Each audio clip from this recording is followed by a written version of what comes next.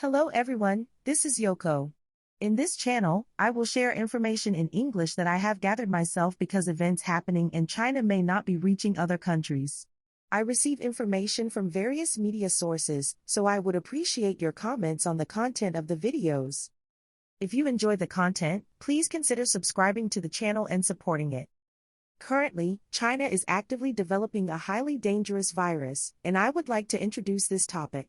Recently, there was a published article with titles such as 100% lethal and humanized mice, and I would like to explain the meaning behind these words from the beginning. From the title of the article, it suggests that a Chinese research institute has developed a mutated virus capable of 100% lethality to humanized mice. This virus, called GXP2V, was created by modifying existing viruses to effectively kill humanized mice. Now, what is humanized mice? Unlike in the past, these viruses lack the ability to replicate on their own. Viruses are taken up by cells and use the functions of those cells to replicate. Viruses infect specific cells based on the structures present on the cell surface. For example, viruses must bind to these structures to infect cells. Not all cells are susceptible to all viruses. The ability to infect depends on specific structures on the cell surface. By using biotechnology, researchers can make the surface structures of mouse cells resemble those of human cells. As a result, viruses that infect these modified mouse cells may also infect humans. Therefore, humanized mice refer to mice whose cells have been modified to have surface structures similar to human cells. The virus developed by a Chinese research institute is claimed to have the ability to lethally affect these humanized mice by 100%. If this virus were to accidentally escape from the laboratory, it could lead to severe consequences. Infected humanized mice would likely result in a 100% mortality rate. The altered structures on the surface of humanized mouse cells imply a high likelihood of the virus infecting various types of human cells. The question arises as to why a Chinese research institute would create such a virus. While it may not have any scientific merit, the potential danger is significant. One possibility is that it could be intended for biowarfare.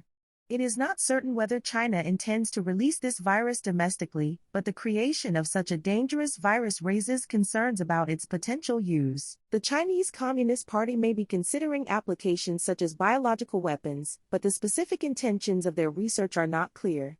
If they were to undertake such a project, it would require careful management. If used as a weapon or spread secretly in another country, the virus could rapidly spread in existing regions.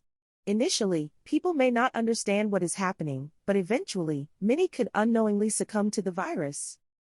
Ultimately, even the Chinese people might be infected and die, but China, having created the virus, already possesses data on its structure. Therefore, they could prepare a vaccine in advance.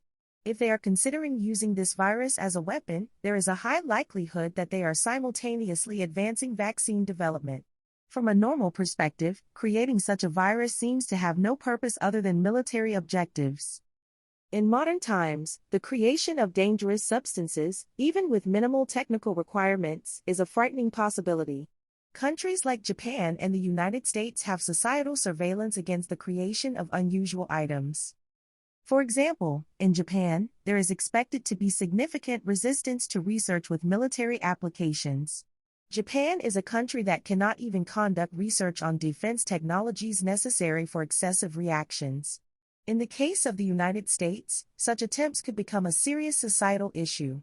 Even if developed, there would be a demand for an immediately usable vaccine throughout the entire United States. However, there are many authoritarian states globally where there is no criticism from the media or the general public, and militarily applicable technologies are used without hesitation. In such situations, genuinely dangerous creations are being made. In a sense, this is scarier than nuclear weapons.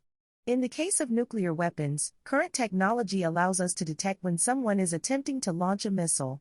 Additionally, if nuclear weapons are used, it is clear. However, if a virus is released quietly, the affected party wouldn't know when it happened, leading to unpredictable results.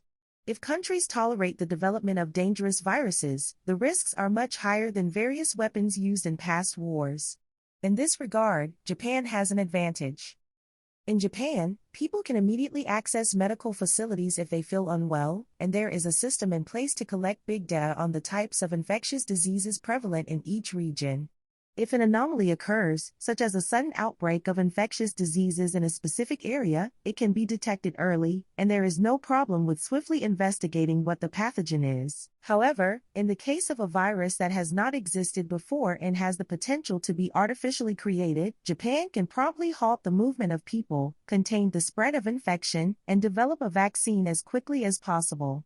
In the future, such a system may become necessary from a security perspective. The best scenario is preventing the development of viruses that harm people. However, given the existence of countries in such situations on Earth, we need to seriously consider how to counteract this in the future. We are already in an era where we must seriously contemplate such matters. This concludes our discussion for now. Until next time, take care.